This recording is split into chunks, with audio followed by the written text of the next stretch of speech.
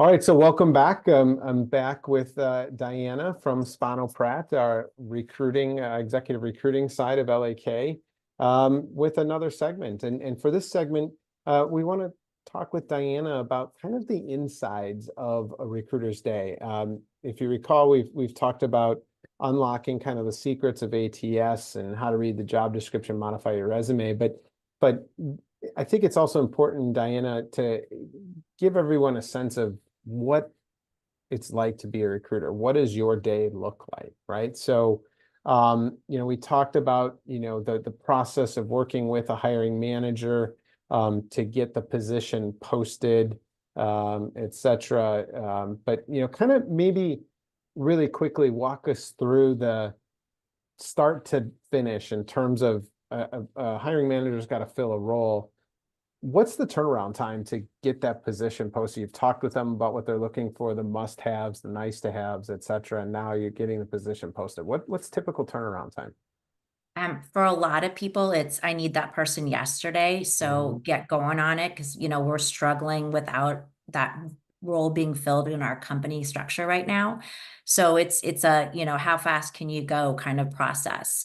So as a recruiter in a corporate company, in a corporate setting, what we're doing, I could have up to 20 jobs open at one time that I am just solely trying to fill.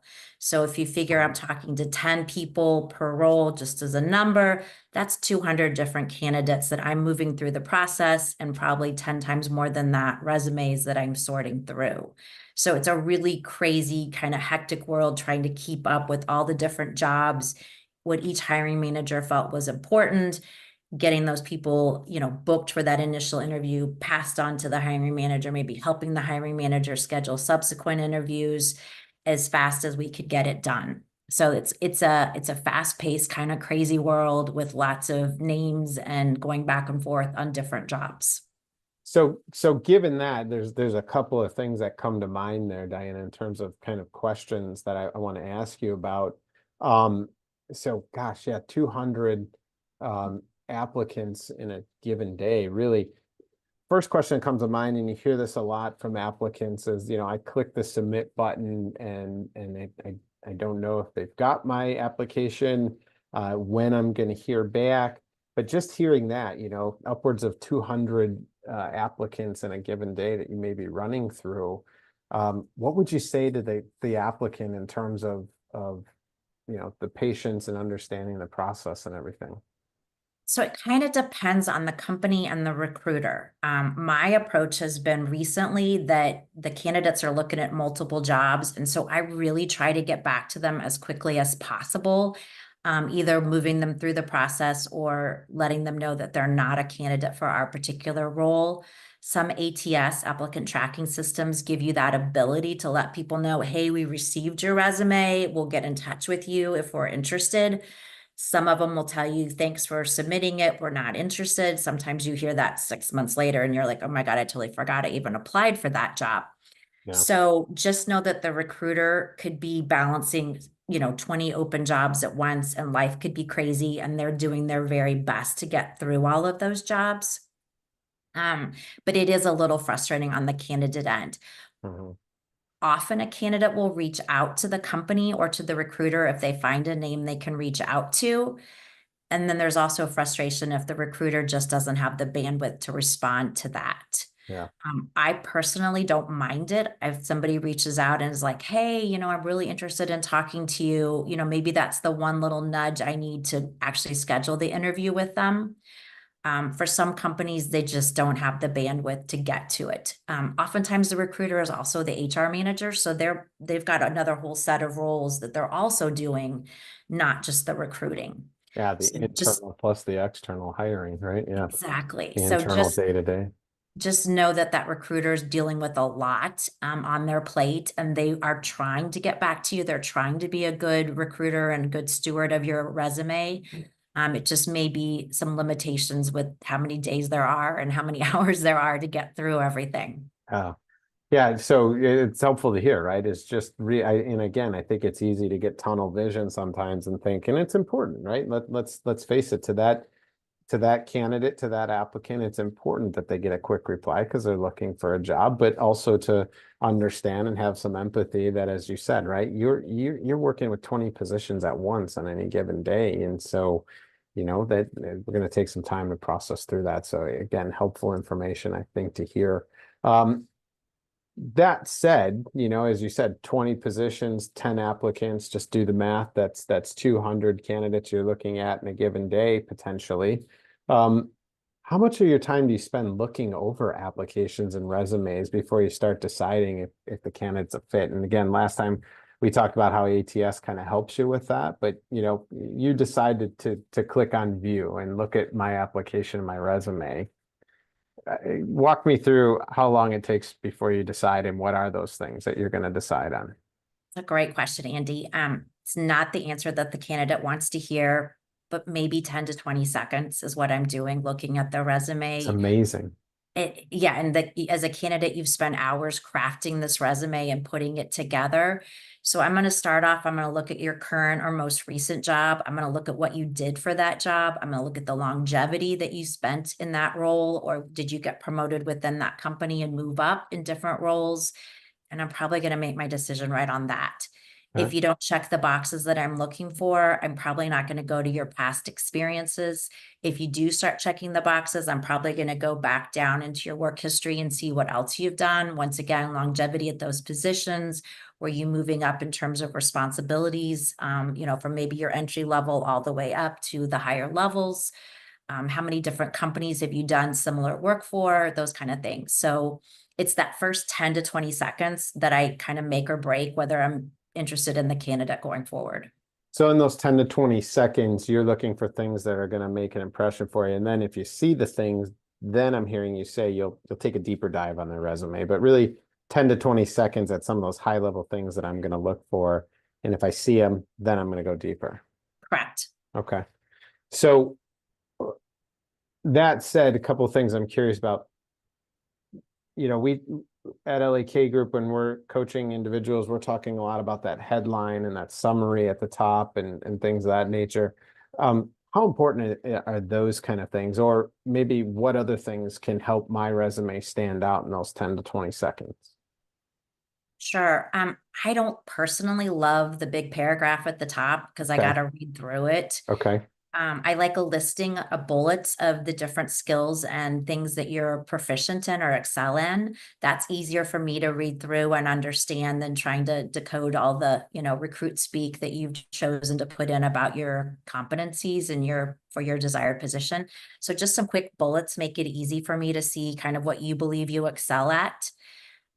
An easy to read, easy formatted resume. Don't make it hard for me because I'm not going to spend the time. I just don't have the bandwidth. So make sure your resume is error free. If I find punctuation errors, spelling errors, if you don't get the company right, I'm not going to look.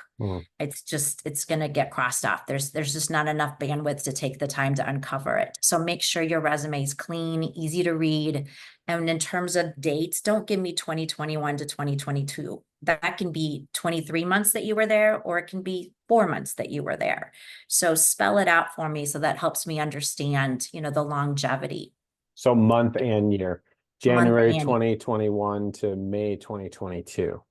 that's a whole lot more impressive than 20 to 2021. Got it. It Okay. helps me really understand. If you left because of reduction in force, if you left because of restructuring, put that next to that company title so I know that that's why you aren't there anymore.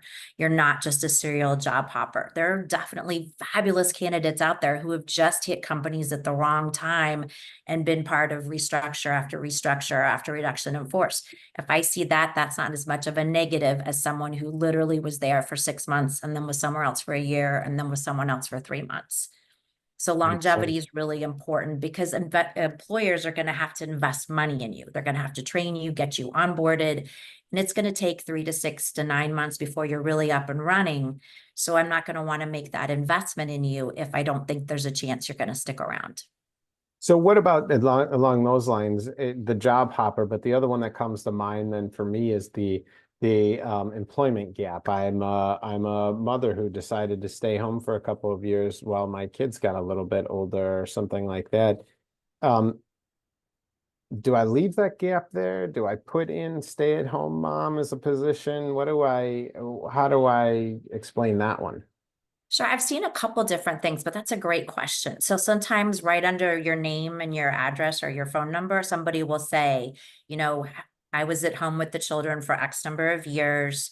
And then what I like to see, if at all possible, is maybe what did you do during that time? You know, were you involved in your kid's school? Did you do some Mm, community or volunteer work, which could kind of be at the bottom of the resume, but just helps me see that you've kind of kept up with the times. I took a 22-year gap when I raised my children, and the world changed a lot. So it's a yeah. big thing to come back after that time period. So I want to know that you were doing things to keep yourself abreast of what was happening in the workplace or in charities or in volunteer work or something. Awesome. So that's one thing you can do. I also have seen where people will write, like, you know, this is the time period that I took care of my father or my mother who was sick, or, you know, for whatever reason, this is why my gap was. Because some recruiters will literally be like month and date, month and date, month and date, month and date. You know, they're going to want to draw the line from job to job.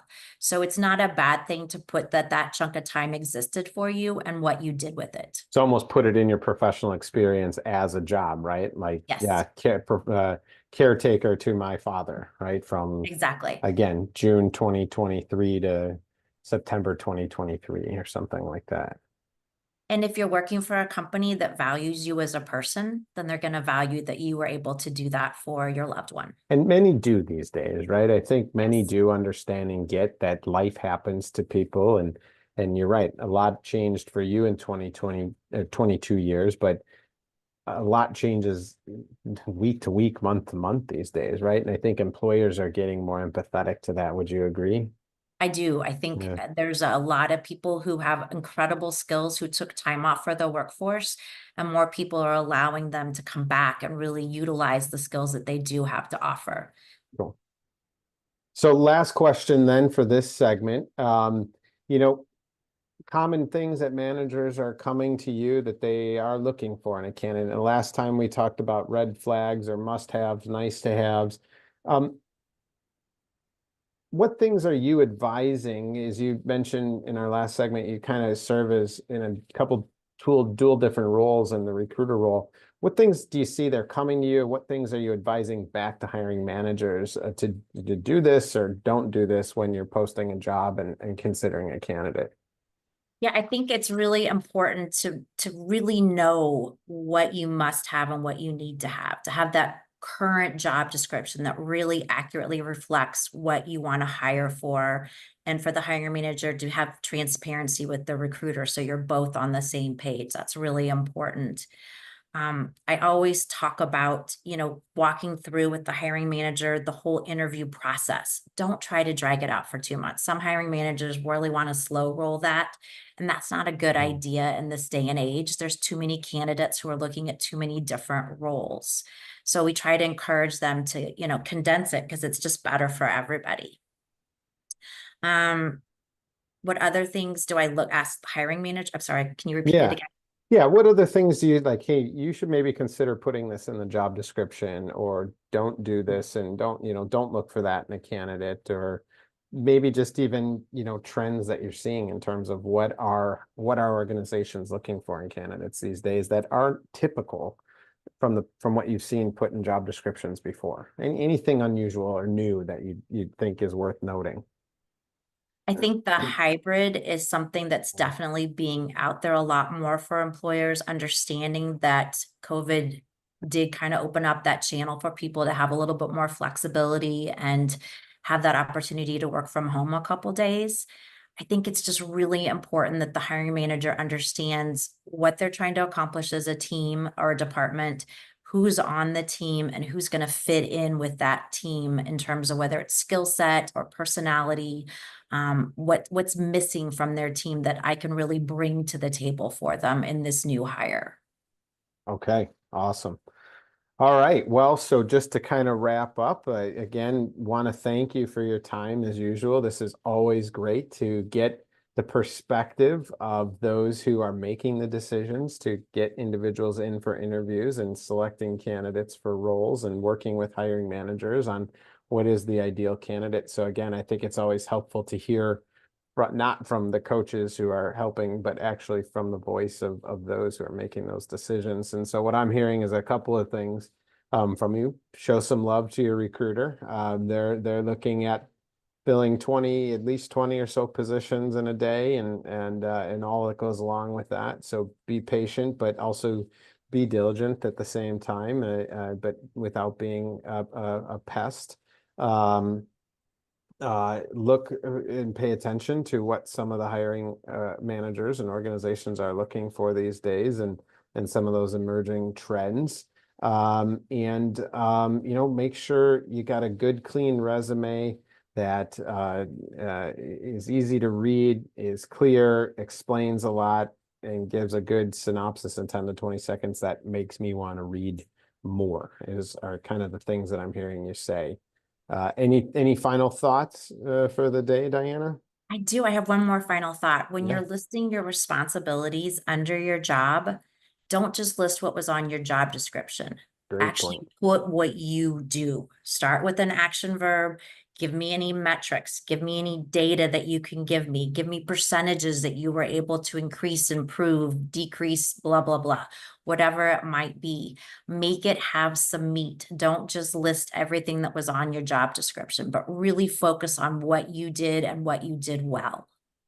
Yeah, as a manager of operations, it's pretty clear that you're probably going to be responsible for managing the budget of the department. So why put that on the resume, right? But tell Put me what size of budget you managed. Tell me how yeah, many different people were involved in yeah. that process.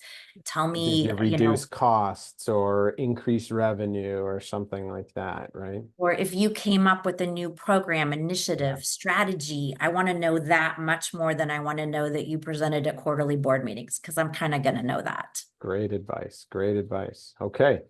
Well, great final comments. Really appreciate your time again, and look for one more session from Diana and myself on this Time for Five webinar series that we're doing. So thank you, Diana.